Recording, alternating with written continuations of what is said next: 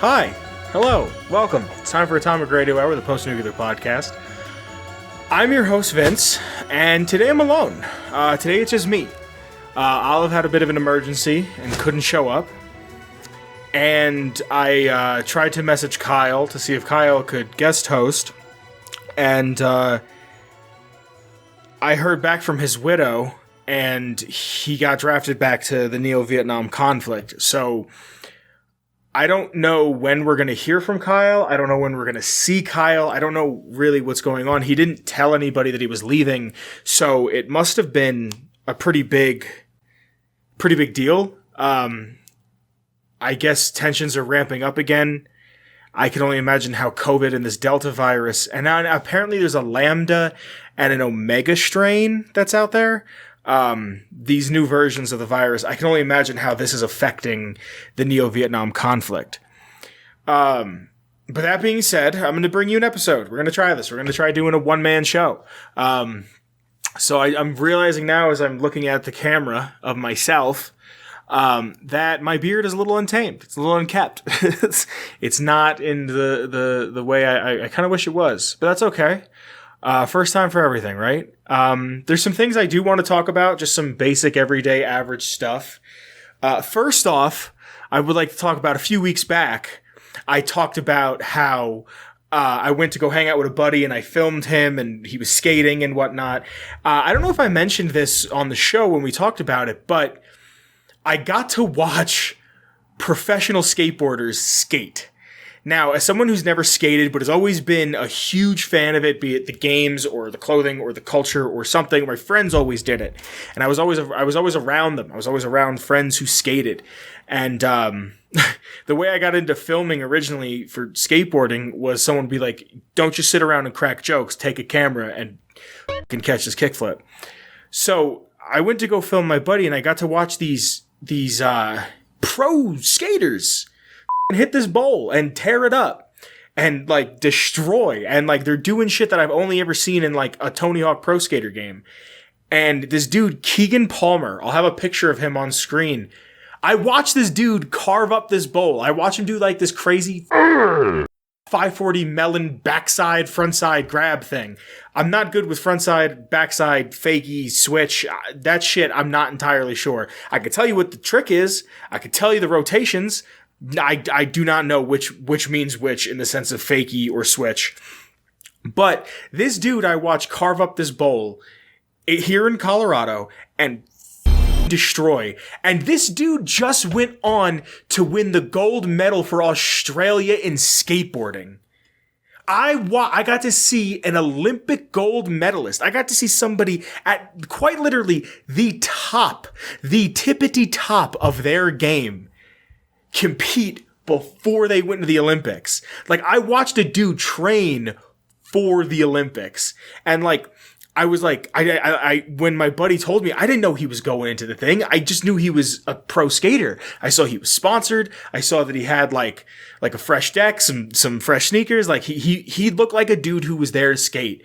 And honestly, he was the best friggin' dude in the bowl. There was 3 kids, and one of them was an X Games winner. Like, the dude won the X Games for snowboarding. I don't know what category, but this dude went on to like, and he's one of the first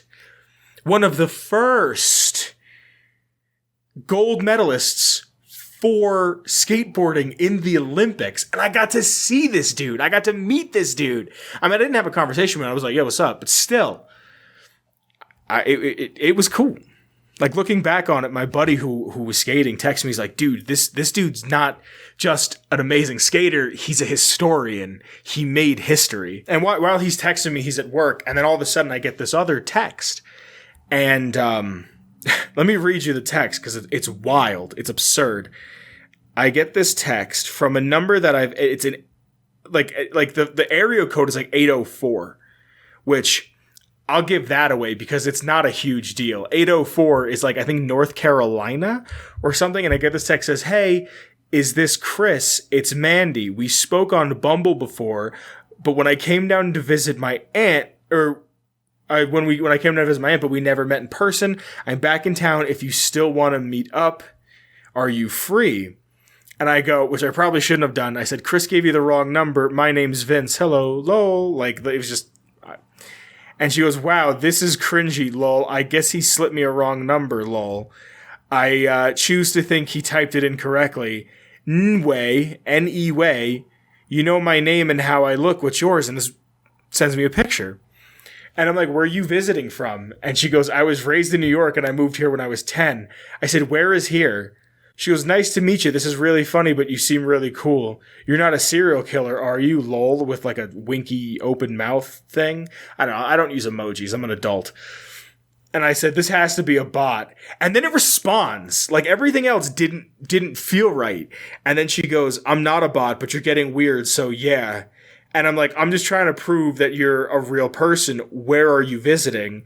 And she goes, lol, you're hilarious. I'm here for a couple more days at my aunt's. You want to hang out? I want something to do. What do you like to do to kill time? I'm like, tell me what city you're in visiting your aunt. And she goes, I just got home from a run. I'm about to hop in the shower right now. You want to see some pics? And at this point, I knew it was a bot, but I couldn't believe they were answering. So I go, we can talk about your titties later. What city are you in? And she's like, tell me what to do. And then I just get a picture of this random woman naked. Just there it is. Here you go. Random woman I've never seen, just chest out, like. And I went, what? And I replied to this picture of this woman's breasts with, woman, what city? And she goes on about how sending nudes gets her excited. And I was like, I thought you were taking a shower. And I was like, how can you text and shower? And then she's like, what are you holding? And then sends me like another picture of her body. And I was like, I'm holding my phone. And then like a few more things into it, she sends me like a link to a website. And I go, what city are you in, madam? And then she's like, you can go to my profile page and click on my pictures and make an account, this and that. And I go, how do you know I'm not a minor? This would be a jailable offense. And then the next response is just, there's a link to my webcam on the other side. And I went, madam, I'm 14. And it goes, I use this place because it blocks anyone from recording my camera. I go, and this is my favorite part. She goes, I use this place because it blocks anyone from recording my camera. If my father found out I'm so dirty, he'd easily suicide on the spot. And I went, what the I don't care about how disappointing you are to your father. But then it made me think, who uses the phrase suicide on the spot? Like, it's not like you're getting DoorDash delivered. It's like, oh, I just got this Burger King delivered on the spot. This dude whips out a 9 and just blows his face off. Like, who is just ready to do that at any given moment? So I guess this is a scam. Heads up if you're heads up if you get a text from some random girl and she just sends you. And like, I wasn't going to meet up or anything. I was just reading it as like, here's someone to talk to for 25 minutes. And then like, I don't know, dude. It's wild. You should, if you get it, like play along, but be careful. It's probably going to be a different number every time. All right. So there's something else I want to talk about. And I don't know how much of this I'm actually going to go into, but I've heard this referred to as the internet's 9/11. So I really want to talk about this. Over the weekend, or week, I guess week at this point, feels like a lot longer.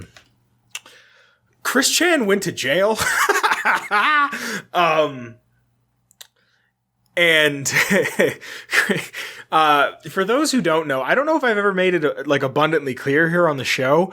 I have this fascination with not only Chris Chan, but O.J. Simpson. And Chris went to jail. Christine Weston Chandler. Christopher, Christian, Ricardo, Christine Weston Chandler, Sonichu, I guess is her full name at this point. I might interchange how I refer to her. I do know that she's technically a trans woman. There is a lot of evidence of Chris transitioning to have an easier time hooking up with lesbians. So I might interchange it because it kind of seems like she transitioned for nefarious purposes. But Chris is an enigmatic figure in the sense of that there's always something going on in Chris's life since like 2004, where Chris is on like doing something crazy or being manipulated or trying to manipulate somebody.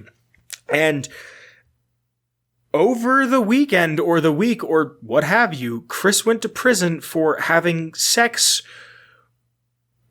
with his mother.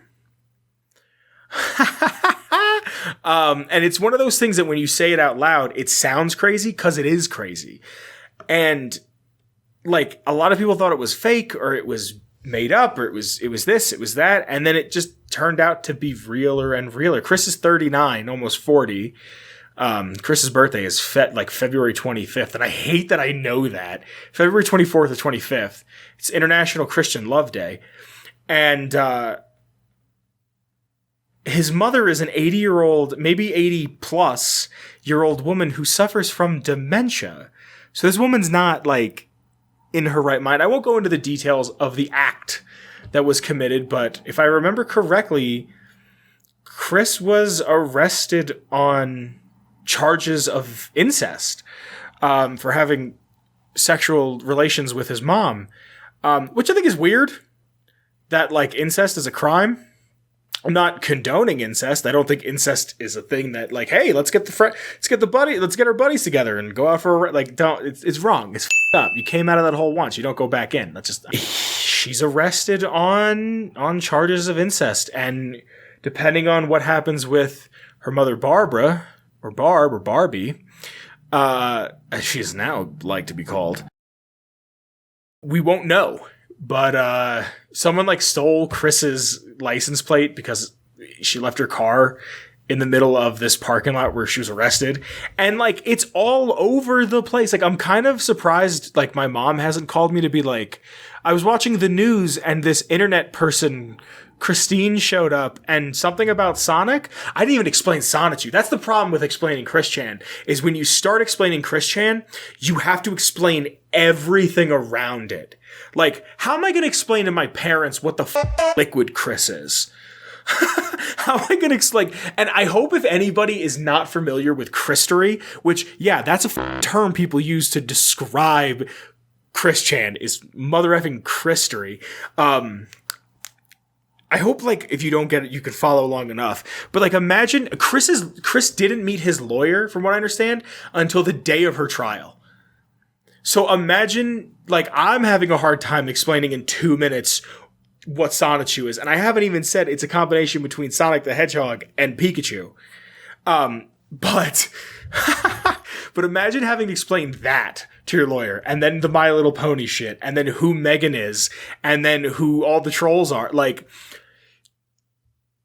Chris is being charged with a Class 5 felony in the state of West Virginia. And a Class 5 felony is anywhere from a year in prison to 10 years in prison and a $2,500 fine. $2,500 fine. That's... And we may never get another piece of Christery ever. I'm going to link somewhere, if you're interested even the slightest bit, Geno Samuel. I will link to Geno Samuel. He is making the comprehensive Chris Chan documentary, and it's fascinating. And, like, I put it on to go to bed. That's how good it is. And then there's also a couple other channels. I'll link two that I personally really, really like, that kind of cover Chris in smaller bite-sized chunks, because Geno's what's it called? His documentary series is like 40 minutes long each part, and he's on almost part 60.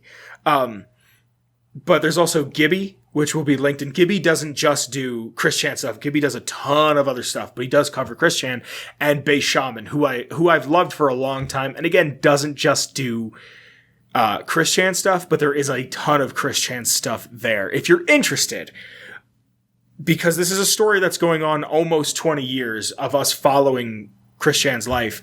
And it kind of feels like we're at the end.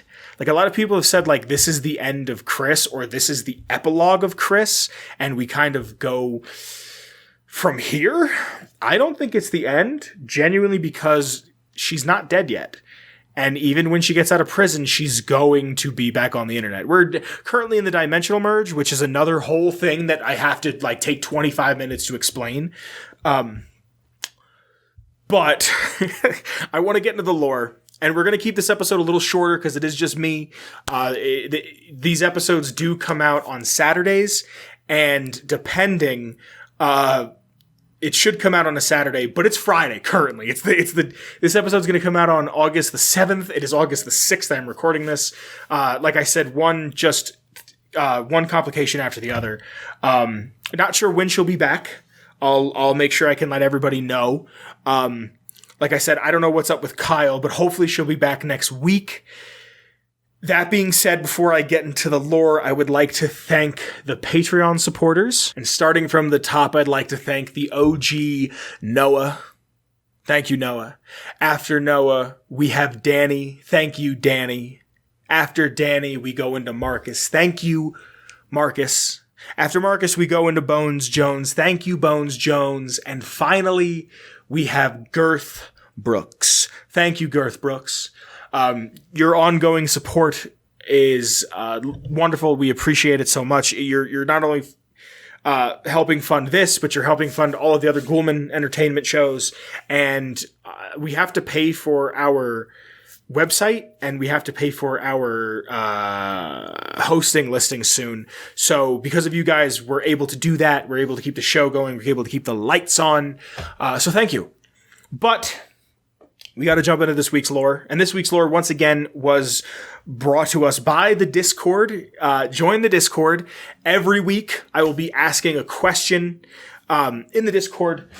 And that question, whoever gets the answer right first, gets to choose lore. And this week, the lore is on the quest Stealing Independence from Fallout 3. So again, we're going back to Fallout 3. And this week's lore is brought to us by a Jinx player, someone who's fairly new in the Discord, but does always comment on the videos. So again, I think the best place to be watching is on YouTube. But they chose that they wanted this week to be Stealing Independence. So to do Stealing Independence for episode 161 here, again, brought to us by the Discord, I kind of have to talk about who Abraham Washington is, and then on top of talking about who Abraham Washington is, I then can go into it because it's more than just it's kind of like the topic I was talking about before. You need to know so much more backstory before you can actually get into what it is. So Abraham Washington was born in 2231 to 2232. It's never given an exact date. It's more of an estimation. He's about 45 years old. He's the owner and curator of Rivet City's Capital Preservation Society. He continues the work his parents started, preserving history. This and the society is his one love and passion, which allows him to live the life of a hermit. He has no social skills. He often talks to himself. He has a deeper affection for his collection rather than humans. Despite being reclusive, his terminal suggests that he's quite boastful of himself and very misogynistic. We'll get into a little bit of who Sydney is in a little bit later. But he states that if he wanted someone to do the job correctly, he should have sent a man. Abraham Washington doesn't know a goddamn thing about history, like whatsoever. He curates all this stuff, but like he kind of reminds me of what's his name? Mobius? Dr. Mobius from Big Mountain, where he's like, the raisin, because he says quite literally to the player character, if you ask about American history, he says, on July the 4th of 1776, a group calling themselves the Second Judgmental Congress got together at Fort McHenry in Maryland. I'm pretty sure he says Maryland. I'm reading it right off the wiki, right off of fallout.fandom.com. So there's no way for me to listen to it. I don't know why the file's not here. But if I remember correctly from watching a Let's Play of the quest, he refers to it as Maryland. They got together at Fort McHenry in Maryland after a ceremony which ended with Paul Revere singing the famous battle hymn known as the National Anthem. The document was signed. From there, it was sent to England by plane, presumably, and presented to King George himself. Thus began the Evolutionary War. So, that's wrong. And I feel like people not from the States would know that that's wrong for many reasons, not just because of the historical inaccuracies of a plane, but like the Evolutionary War. This isn't Pokemon. Inside of his collection of American antiques and artifacts, he wants you to steal the Declaration of Independence. You can offer to steal it. He'll bring it up. He doesn't explicitly say, I want you to steal it. He'll bring it up, and you could say, if you want me to steal it, I'll steal it.